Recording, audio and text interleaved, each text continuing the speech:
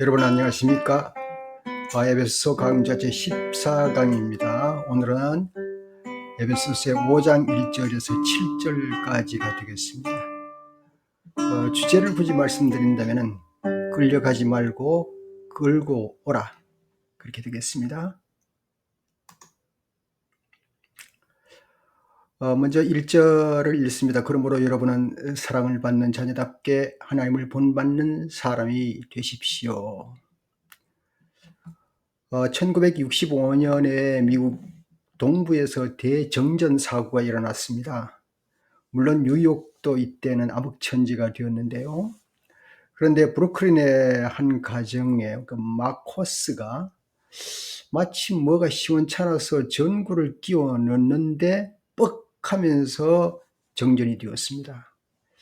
아내 로지는 창문 쪽으로 달려가서 창에서 뉴욕 시내를 내려다보니까 암흑이었습니다. 그녀는 슬픈 듯한 목소리로 이렇게 말을 했죠. 마커스, 당신이 어떻게 했길래 뉴욕이 온통 암흑천지가 되었어요. 우리는 때때로 내 자신도 모르게 자기 중심적으로 모든 걸 생각하게 됩니다. 그런데요, 이것은 또 다른 의미에서 보면 그렇게 나쁜 것은 아닙니다. 우주가 나의 중심으로 움직일 수 있다라는 생각은 또 다른 면에서 긍정적이라고 볼 수가 있겠습니다. 이건 꼭 무슨 이기주의라고 할 수는 없다고 봅니다. 이걸 저는 이제 하나님과의 나와의 관계를 생각해 보는데요. 하나님과 나와의 관계에서 하나님이 온 우주 세계를 통치하시지만은 나와 하나님과의 직선적인 관계가 있다, 그렇게 여겨본다면 이것은 마치 우주가 나를 중심하고 있다라고 생각하는 거나 다름없지 않겠나, 그렇게 보는 것입니다. 오늘 본문 말씀 1절에 보면은 그러므로 여러분은 사랑을 받는 자녀답게 하나님을 본받는 사람이 되십시오. 사랑을 받는 자녀라고 할 때에 내가 마치 외동아들이 아버지에게 사랑받는 것처럼, 어머니에게 사랑받는 것처럼 그렇게 좀 착각할 필요가 있다, 그런 생각이 드는 것입니다. 우리가 여기 본문에 보면은 하나님을 본받아야 한다 그랬는데, 우리가 하나님을 본받고 살아야 할 이유가 무엇이겠습니까? 네, 하나님이 우리 아버지시니까, 또 하나님이 나를 사랑하고 있으니까 내가 본받고 살아야 하지 않겠나, 그렇게 생각이 됩니다. 그렇다면은 이 하나님을 본받고 사는 삶, 또 하나님의 자녀로서의 사랑받고 사는 삶, 그것은 무엇이겠습니까? 며칠 전에 저희 주변에 살고 있는 한인이 저희 집을 방문했어요. 그분은 오래전에 교회에 대해서 실망을 한 것 같습니다. 저는 그렇게 성급하게 전도하지 않고 기회를 보고 있었습니다만은, 그날에 와서, 며칠 전에 와서 저희 집에서, 목사님, 저는 하나님이 없다 생각하고 살기로 했어요. 아마 교회 상처가 아주 많이 있었던 것 같습니다. 그는 짐작하고 있었습니다. 저는 좀 참았습니다. 참고 그 다음에 대화가 한참 흐른 다음에 헤어질 때쯤에 대해서 말해줬습니다. 민수 아빠, 하나님이 없다고 생각하지 말고 하나님이 내 마음속에 계시다고 생각하면서 한번 살아보세요. 그게 뭐 돈 드는 것도 아니고 한번 그렇게 생각해 보세요 했더니, 그래요 하고 그냥 의아해하면서 그리고는 헤어졌습니다. 그런데 그 민수 아빠가 그 이튿날에 아주 환한 얼굴로 저를 찾아왔습니다. 그가 왜 다시 찾아왔는지 여러분의 상상에 맡깁니다. 우리가 하나님을 본받는 자로 산다는 것은 사실 좀 부담이 되기도 합니다. 그러나 일단은 내가 하나님을 닮기 전에 말이죠, 하나님이 내 속에 계시다라고 하는 생각은 할 필요가 있는 것입니다. 하나님이 내 속에 계시다라는 것을 생각하고 있다가 그것이 서서히 진보된다면, 그렇다면 하나님이 내 속에서 나에게 원하는 것이 무엇인가를 생각할 수 있게 되는 것이죠.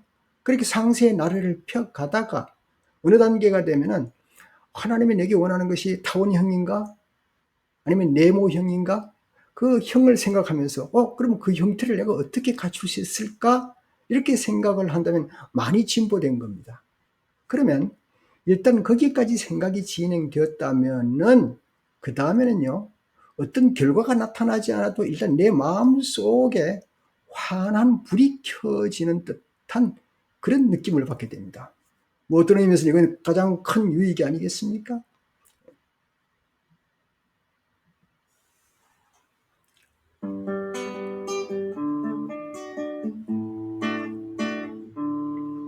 이 절로 들어가겠습니다. 그리스도께서 여러분을 사랑하셔서 우리를 위하여 하나님 앞에 향기로운 예물과 제물로 자기 몸을 내어주신 것과 같이 여러분도 사랑으로 살아가십시오. 여기에 보면 향기로운 제물이라고 적혀 있습니다. 도대체 향기로운 제물이 무엇입니까? 네, 하나님께서 당신 아들을 희생시키는데 그 희생을 향기로운 제물이라고 바울은 표현을 했습니다. 참 매우 죄송하고 또 감사할 뿐이지요. 그런데 여러분께 한번 물어보십시다. 여러분이 이제 이미 믿고 있는 분이라고 저는 이제 생각을 하고요. 여러분이 여러분을 위해서 예수님께서 십자가에 달려 돌아가시고 나를 위해 죽었다고 하셨다고 하면 혹시 여러분은 그 예수님께 그 값을 되돌려 갚은 적이 있습니까? 아무리 생각해도 없는 것 같죠? 우리는 누가 나 자신에게 근사한 식당에서 음식을 한번 사준다면, 맛있는 음식을 사준다면 잊지 않고 그걸 되갚을 생각을 하고 있습니다. 왜냐하면 너무 감사하니까요. 그런데 나에게 음식을 100번 사준 분이 있다고 합시다. 그러면 감사하지 않겠습니까? 제가 신학을 들어갈 때 말이죠. 제가 속한 교회 전도사님이 저를 신학교를 권하고 신학교 들어가도록 이렇게 챙겨주었습니다. 그리고 저는 신학교 학교까지 데려다 주었습니다. 참 평생 잊지 못할 분이지요. 그런데 그분은 나를 그냥 돕는 게 아니고 이제 학교 가면서 이 짜장면을 중국집에서 사주더라고요. 맛있는 짜장면을 사주었습니다. 제가 식당에서 음식을 먹으면서 이제 감사하고 감격스럽더라고요. 그때 짜장면이 좀 귀했고 맛있었으니까. 그래서 제가 전도사님 보고, 전도사님 제가 나중에 전도사님한테 짜장면 꼭 사드리겠습니다. 그렇게 말을 했더니 그 전도사님이 저에게 말씀하시기를, 아니 서 선생, 나에게 짜장면으로 갚으려고 하지 말고 서 선생이 나중에 후배를 만나면 후배에게 짜장면을 사줘. 그러면 나에게 갚는 거야. 그렇게 말했습니다. 그래서 저는 참 이거 그 이후에 후배들을 만나면 그것 때문에 짜장면 사준다고 돈 꽤나 썼습니다. 우리 주님이 돌아가시면서 내가 너를 위해서 죽었으니 너 나중에 갚아라 라고 하지 않았습니다. 무슨 말씀인가요? 2절 말씀을 다시 읽어보겠습니다. 그리스도께서 여러분을 사랑하셔서 우리를 위하여 하나님 앞에 향기로운 예물과 제물로 자기 몸을 내어주신 것과 같이 여러분도 사랑으로 살아가십시오. 여러분끼리 사랑으로 살아가는 것이 내게 갚는 것이다. 그런 말씀을 한 것을 볼 수가 있습니다. 이제 3절로 넘어갑니다.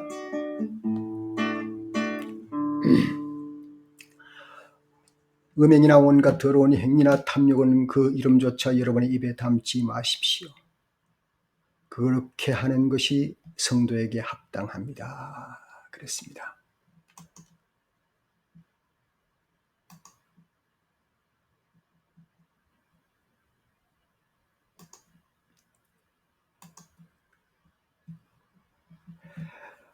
어, 1절에서 2절은 말이죠. 상당히 그 4장 끝절로 연결해가면서 말이 아주 순조롭게 우리에게 권하고 있습니다. 듣기가 참 좋습니다. 그런데 3절부터 말이죠. 6절까지는 낱말들이 매우 거칩니다. 이 거친 낱말을 좀 들어야 하는 것이죠. 여기에는 이제 그 음행과 온갖 더러운 행위나 탐욕 뭐 이런 말씀을 들으면은 괜히 마음이 불안해져요. 아이고 참 이거 매우 거칠고 특히 거북한 말이구나 그렇게 생각이 듭니다. 그런데 제 생각을 해봅니다. 에베소 교회가 그렇게 나쁜 사람들이 모였는가? 아닐 테지요. 저는 잘 모르겠습니다. 그때 상황은. 그러나 교회 공동체가 나빴다기보다는 에베소라고 하는 도시가 매우 음행과 더러운 것과 탐욕스러운 것으로 만연해 있다. 그렇게 볼 수밖에 없는 것입니다. 지난번에 에베소 1장을 들어갈 때에 조금 배웠지만 이 도시를 잠깐 다시 한번 보십시다. 여기 에베소 도시는 항구 도시입니다. 그렇죠? 그리고 로마에서부터 말이죠. 이쪽 아시아 지역까지 연결해 가면서 아주 좋은 자리에 잡고 있었습니다. 그래서 소아시아 서쪽 해안으로 여러 도시 중에서 매우 외부와의 해상 그 배가 지나가면서 머물러 수 있는 해상 교류를 활발하게 할 수 있는 전형적인 도시고요. 뿐만 아니라 여기에서 이제 군사적이나 정치적이나 상업적인 중요한 요소를 띠는 그런 장소였습니다. 그리고 동서가 교차하는 것이기 때문에 상업이 번창했다고 봅니다.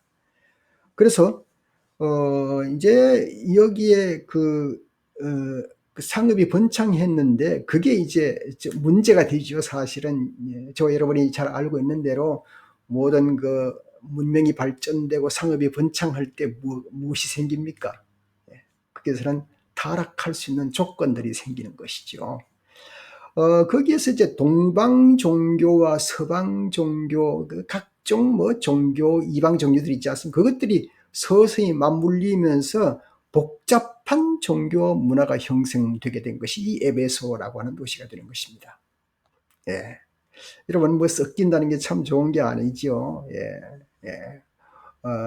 주스와 콜라를 섞어 마시면 둘 다 좋은 거지만 섞어 마시면 복잡하게 아주 배탈을 일으키게 됩니다. 예. 자, 특별히 이제 BC 천년경의 개체의 중요성을 드러내기 시작하는 아마 그 헬라의 문명이 이제 들어오게 되었습니다.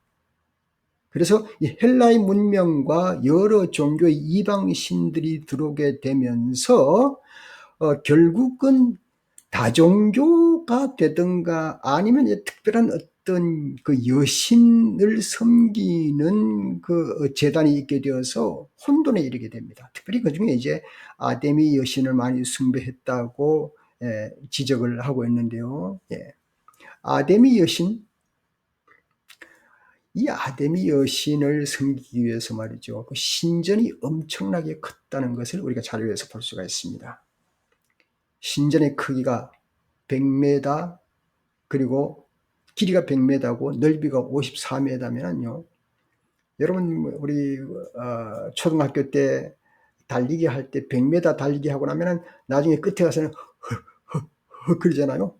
너무 숨차가지고. 그 정도가 100m가 아닙니까? 그런데 그 길이에 그 이방 신전이 세워졌다는 것이죠. 그리고 100개가 넘는 기둥을 가졌습니다. 100개라. 뭐 요즘 같으면 아마 기둥을 덤성덤성 받을 수 있겠지만 그때 당시의 건축물로서는 물론 그렇게 많이 할 수밖에 없었겠지만 그럼에도 불구하고 100개는 참 많은 것이 아니겠습니까?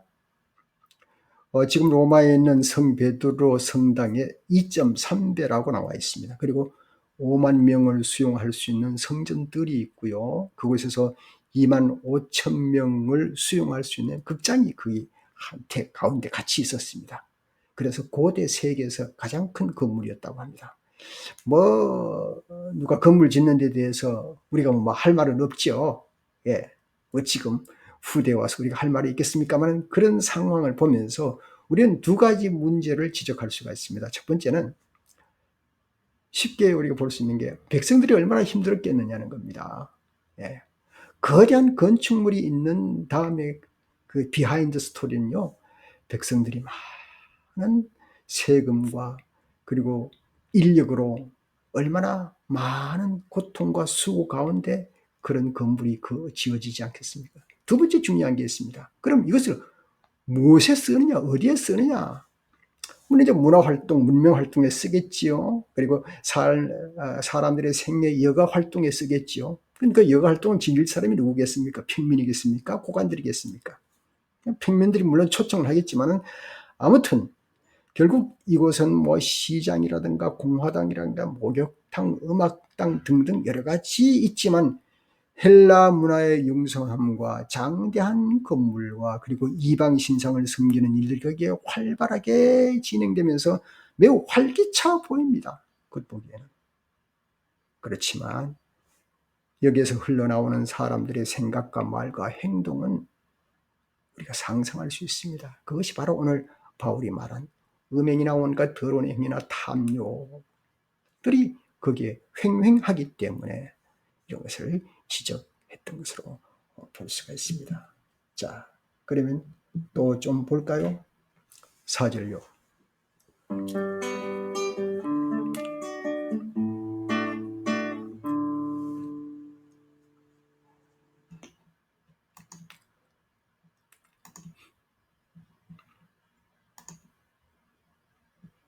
더러운 말과 어리석은 말과 상스러운 농담은 여러분에게 어울리지 않습니다. 오히려 여러분은 감사의 찬말을 하십시오.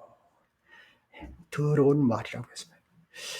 여기에 그 어리석은 말, 이걸 세번역으로는 말이죠. 누추함이라 그랬습니다. 그런데 원어를 보면 이게 아이스 크로스라고 되어 있고요.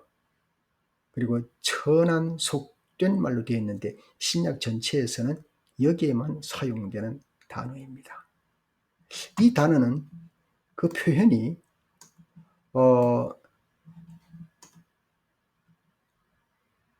저급함, 또 더러운 행동, 희롱의 말, 외설적이다, 천한 농담이다, 이런 전반적인 것을 말하고 있습니다. 저는 너무 일찍이 교회를 다니기 시작했어요.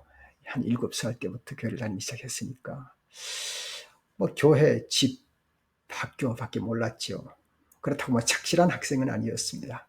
그런데 한번 교회는 열성적으로 다녔죠. 그러다 보니까 이제 친구를 사귀는 것도 한계가 있었습니다. 교회 친구들하고 사귀어야 되죠.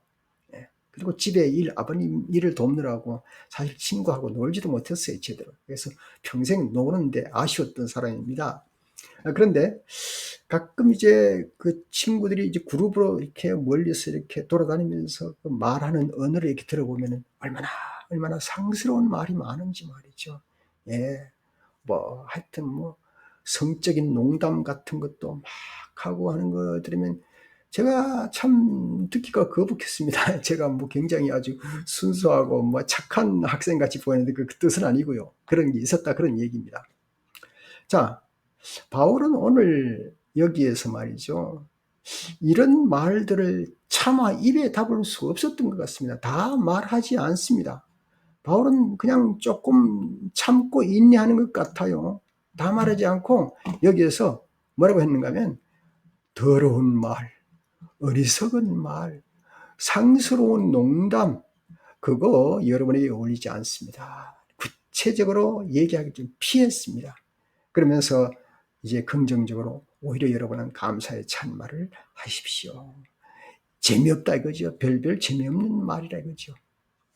자, 이쯤 되고 보니까 우리 그리스도인들은 늘 재미없게 살아야 한다, 그런 생각을 했습니다만, 저는 은퇴한 다음에 그 집에서 그 유튜브를 틀어놓고 간단한 이게 춤을 춰봤습니다. 그거 재밌더라고요. 예.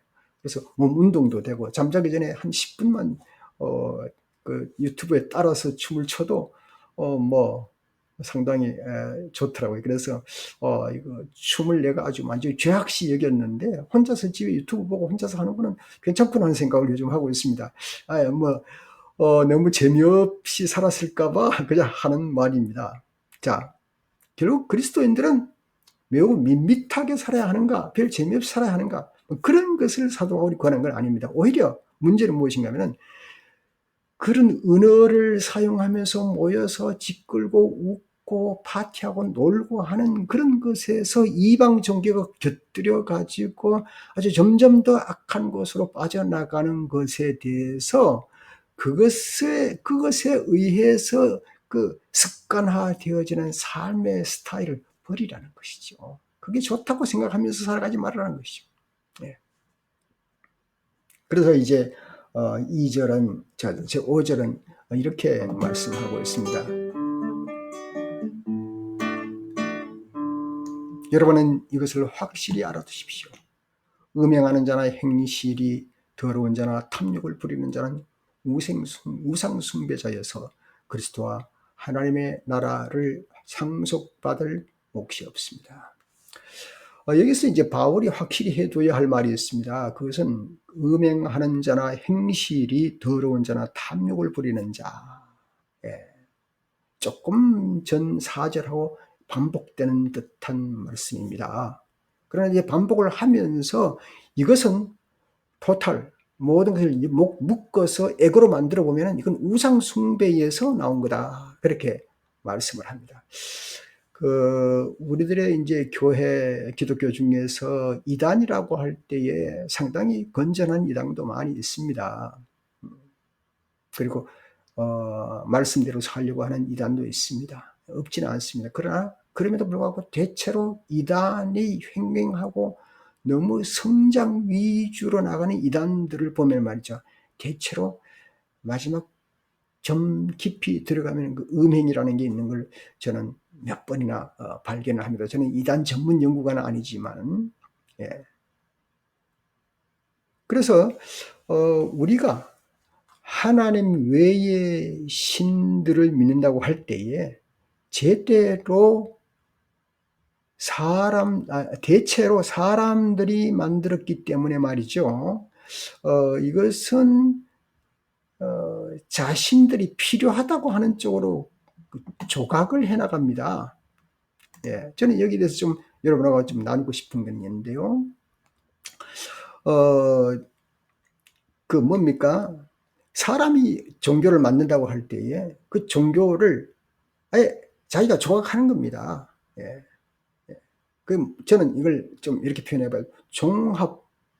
종합적인 사악한 종합 선물 세트다. 사악한 종합 선물 세트다. 그렇게 제가 말을 만들어 봤습니다만 선물 세트 안에 여러 가지 좋은 것이 다 들어있게 만드는 겁니다.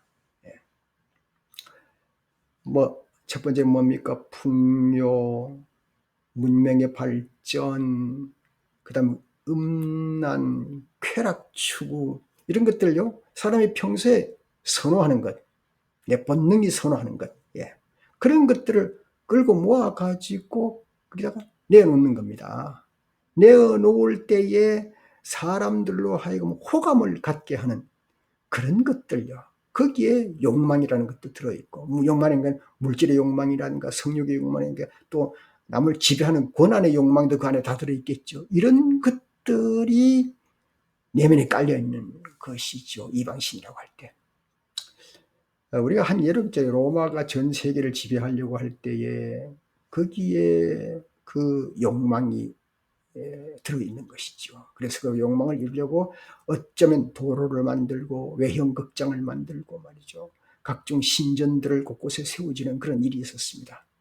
많은 사람들은 그 로마의 힘을 우러러보면서 때때로 저항하는 그룹이 있었지만 저항하는 그룹은 극소수였고 많은 사람들은 그 로마의 힘에 따라서 내가 동화되며 살기를 원했던 것입니다.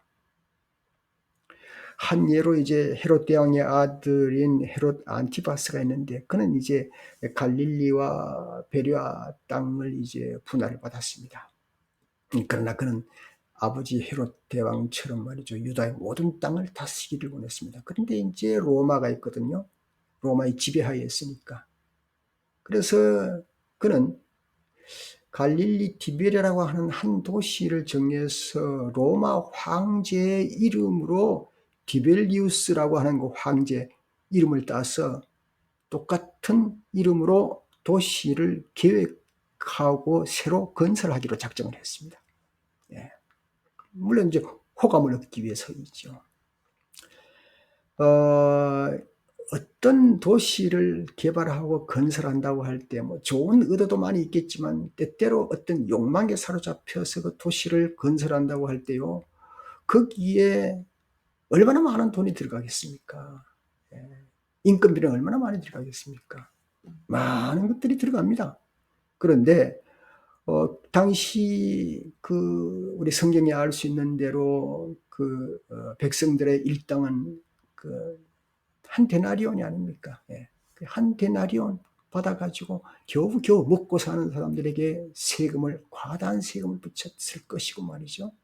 뿐만 아니라 세금뿐이겠습니까? 이제 인력이 필요하니까 많은 인력을 세워서 일을 시켰는데 뭐 얼마나 인건비를 많이 줬는지 그건 제가 잘 모르겠습니다만은, 많은 도시를 큰 도시를 그것도 정말 그 지역민을 위한 도시를 건설하는 것이 아니라 그럴듯하게 보일 만한 도시를 건설해서 로마 제국에 잘 보여서 내가 유대의 많은 땅을 다스릴 수 있도록 허락을 받아야 하는 그런 일을 할 때 여기에 엄청난 욕망 때문에 일어난 일들이 보이는 것입니다. 여러분 그렇지 않습니까? 현대 문명에서도 버젓이 이런 일들이 존재하고 있습니다. 좀 다양하고 좀 세련되고, 그리고 보통 사람이 발견하기 어려워서 그렇지 그냥 모르고 끌려가다가 뒤늦게 함정인 걸 발견하고 통고를 하는 그런 사건이 얼마나 역사의 이후로 지금까지 많았겠습니까? 그런 의미에서 6절을 보십시다.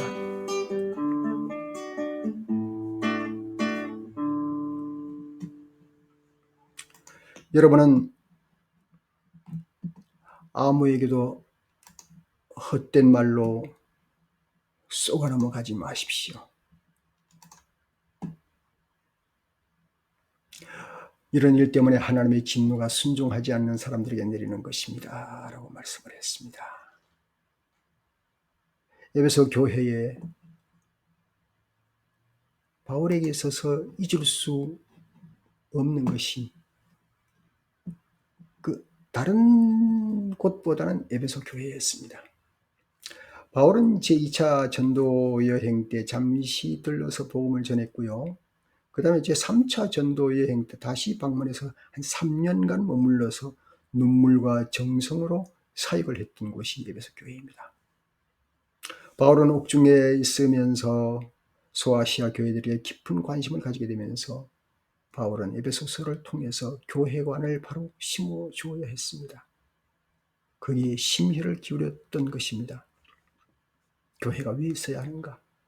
그리고 교회의 근원이 무엇인가? 목적이 무엇인가? 본질이 무엇인가? 등을 집중적으로 지금 비록 서신으로 가르치지만은 그 서신으로나마 제대로 가르치려고 안간 힘을 기울인 것을 볼 수가 있습니다. 그런데 만약에 에베소 교회가 바울이 갇혀있는 동안에 전혀 복음과 동떨어진 이방 종교에 난잡한 일이 저들 가운데 생긴다면, 바울은 옥중에서 어떻게 할 수는 없잖아요.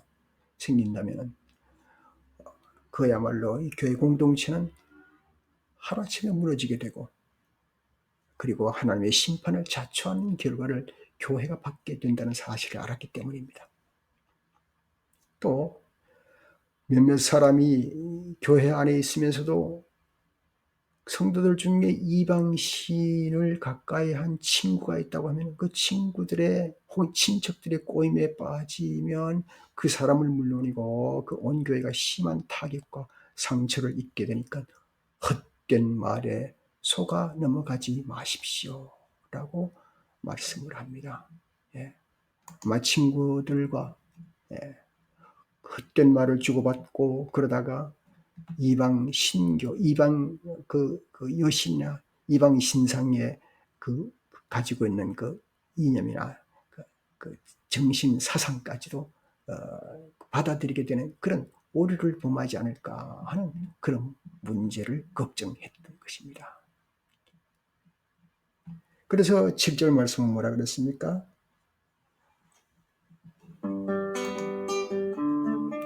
그러므로 여러분은 그런 사람들과 짝하지 마십시오. 예. 그런 사람들이란 무엇을 말합니까? 그런 사람들이라는 것은 에베소 교회 주변에 있는 사람들을 말하겠죠. 물론 초대교회가 가지는 어려움이 있었습니다. 그것은 처음 교회이기 때문에 당시 이제 유대교의 전통이 내려왔던 교회에 그리스도교가 시작되었기 때문에 첫 번째는 유대교와 기독교의 구분이 힘들었습니다. 에베소 교회가 다른 지역 교회보다 선교 활동에도 활발해서 좋았다, 결실을 거두었다 그렇게 말은 하지만, 그러나 오늘날 생각하는 그런 큰 대교회는 아닙니다. 요즘 우리가 코로나 바이러스로 인해서 자기 교회에 출석하지 못한다고 하지만 가정에서 예배를 드리지 않습니까? 어쩌면 초대교회가 그랬으리라고 보는 겁니다. 십자가가 달린 큰 교회가 아니고 그냥 가정에서 몇십 명이 모이는 정도였으리라, 그렇게 볼 수밖에 없는 것입니다. 그러던 중에 유대교에서 개종한 사람들이 있을 테고 또 이방인 출신으로 개종한 사람들이 있을 것입니다. 그러므로 유대인으로 개종한 사람들은 말이죠, 아직도 해결하지 못하고 오락가락하는 사람들이 들어 있습니다. 그것이 무엇입니까? 하나님, 우리가 믿는 전통적인 하나님과 예수 그리스도의 관계성을 굉장히 신경을 썼습니다. 그래서 마태복음 1장을 열면은 이제 예수 그리스도의 그 족보가 나오지 않습니까? 유대교인들 때문에 그렇게 한 겁니다. 쉽게 말해서 이 사람들에게 아브라함이 높습니까? 예수님이 높습니까? 물으면 쉽게 아브라함이 높다고 말합니다. 그만큼 예수에 대해서 바로 전통적으로 저들이 믿었던 하나님과 연결하는 데 힘들었던 그런 사람들이었습니다. 그러면 이방인으로 개종한 사람들은 어떠합니까? 이방인으로 개종한 사람들은 조금 전에 말씀드린 것들입니다. 이방 신을 섬겼던 생각과 방식이 있습니다. 그 방식이 다르기 때문에 기초가 다르면 다 다르지 않습니까? 제가 아는 목회하는 목회 현장에서도요, 예수님을 믿는 그 믿음이 다양했습니다. 사람들마다 통일한다는 게 참 쉽지 않았습니다. 왜냐면 예수를 믿고 나서도 유대교식, 그러니까 유교식으로, 우리 한국 사람들이 유교의 전통을 이어받았잖아요. 또 불교식으로 그렇게 예수를 믿는 사람이 있습니다. 교회 나오자마자 십자가를 보고 큰 절을 하는 사람도 있었고요. 잘 고쳐지지 않아요. 오늘 본문 말씀이 지적하는 이 3절 음행이나 온갖 더러운 것이나 또 누추한 말, 또 어리석은 말, 희롱하는 말, 이런 것들이 아데미 신전 앞에서 행하는 의식 속에 매우 정당한 것처럼 있었던 일들이었습니다. 제가 아데미 신전을 조금 정보를 찾아서 들어가 봤습니다. 그래서 자료도 좀 끄집어내 봤습니다. 여러분에게 좀 밝히려고 하다가 제가 다 지워버렸습니다. 너무 좀 민망스러워서요, 표현하기가. 그러나 그리스도인들은 어떻습니까? 그리스도인들은 당시에 로마 황제에게 모두 다 롤드, 주라고 표현했던 것을 예수 그리스도 앞에 모두 주라고 표현하기 때문에 이 로마 황제로서는 저희들의 정권, 권력을 무시하는 게 되기 때문에 핍박을 받게 되는 겁니다. 아데미 신전을 섬겼던 이방 신들은 그렇지 않습니다. 핍박을 받지 않습니다. 유대교도 핍박을 받지 않았습니다. 그리스도인 교만 핍박을 받게 되는 겁니다. 그래서 말이죠, 여러 종교를 혼합하거나 뭐 이러면서 예수를 믿는다고 하는 사람들이 많았다는 것이, 그런 사람들이 살고 있는 그런 현장 속에 있는 에베소 교회입니다. 두 번째, 이제 첫 번째는 유대인과 이방 종교를 섬겼던 사람들에 대한 그 설득 문제고, 두 번째는 자기 친구를 버리는 문제가 거기 들어 있습니다. 자, 여기 보십시오. 여러분은 그런 사람들과 짝하지 마십시오. 그렇습니다.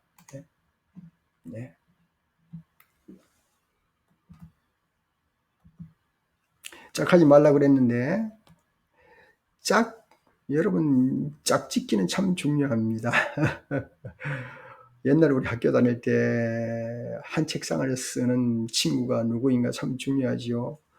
학생이 조용히 공부만 하면은 참 좋은데 공부만 열심히 하는 학생이 있는가 하면은 아주 산만한 학생들이 많지요.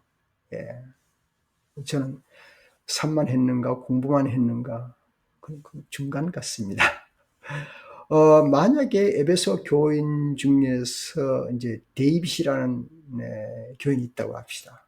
그런데 이 친구가 아직 교회 공동체에 속하지 아니하는 필립이라고 하는 친구가 있는데, 그가 이방 신상을 섬기는 일을 버리지 못하고 아직 거기에 속해 있는데 데이빗은 그 친구를 버릴 수가 없습니다. 왜요? 어릴 때부터 한 동네 살았고 이웃이고 그리고 아는 사이고 어쩌면 부모도 아는 사이고, 그럴 때에는 그 연을 맺고 사는 것을 떼려야 떼기가 힘들었습니다. 그래서 영향을 주든지 영향을 받든지 둘 중에 하나가 되었습니다. 그런데 영향을 받을 가능성이 많은 거죠. 왜냐? 그리스도교를 알기 전에 이 데이빗도 필립처럼 이방 종교가 가졌던 형태를 그 몸에 가까이 접했으리라 수 있는 것이지요.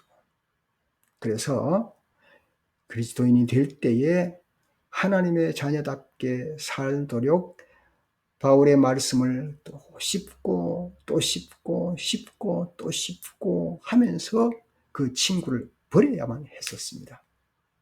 이런 결단을 했습니다. 만약에 버릴 수 없다면 전략을 짜서 전략을 세워서 그 친구를 전도해야 하는 것이죠. 그러므로 우리는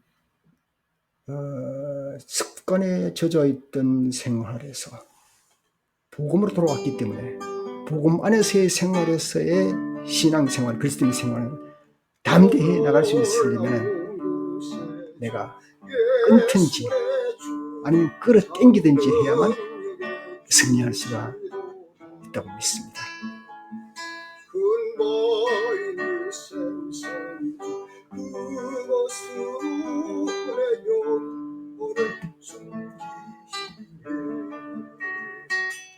내 마음 가무 종일 고루하고 너 피곤치 아니하며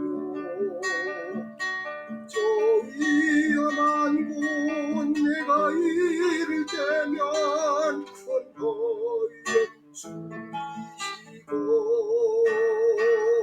주 손으로 도우시네.